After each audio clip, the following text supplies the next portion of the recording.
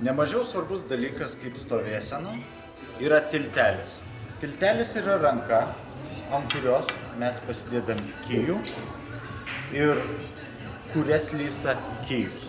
Dėl to jis turi būti stabilus, tvirtas ir patogus.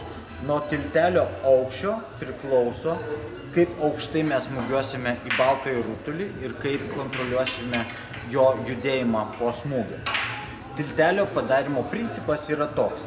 Dedam ant stalo išskleistais pirštais delną prispaudę, pakeliam jo krumplį, lyg būtų paslėptas riešutas po šitą vietą, priglaudžiam nykštį prie pat ir užriečiam jį į viršų.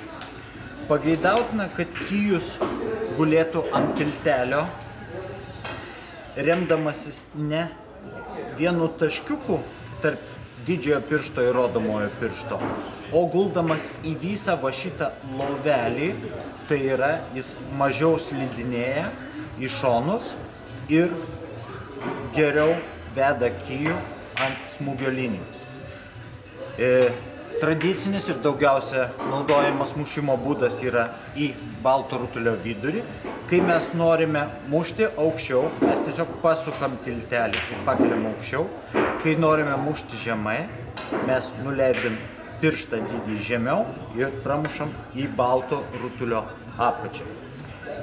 Likusiai rankos dalis turi būti sulenkta ir tvirtai gulėti visą savo plokštumą ant stalo, kad darytų didelį pagrindą ir stabilią atramą smūgiams.